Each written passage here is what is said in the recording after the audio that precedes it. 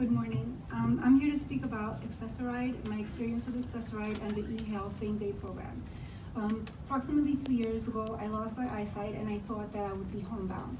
I called my supervisor and we discussed reasonable accommodations, and I decided to continue being a productive member of society and go back to work. I relied on Accessoride to get me to work on time on a daily basis, and I soon came to find out that that was not a reality. I got to work late about 2 times per week. Quite disappointing.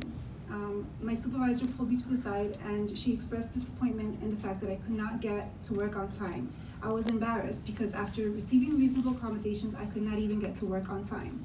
I was advised by Accessoride to try to book my trips 2.5 hours prior to my start time at work, which I thought was a little bit far-fetched since my longest commute was about 40 minutes away from work.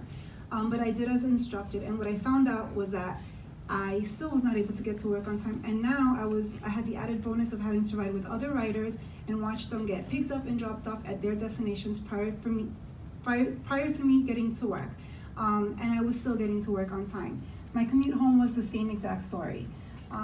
In November of 2017, I became part of the eHealth same-day program, and I want to say that I am happy to report I have not been to late work once since that time. I am able to book my trips in advance or on the same time, on the same day, and have a car pick me up reliably and get me to work on time, which is really, really important. As an individual with a very visible disability, my likelihood of being employed or employable is not as great because of my disability. Unfortunate to say, but it is true.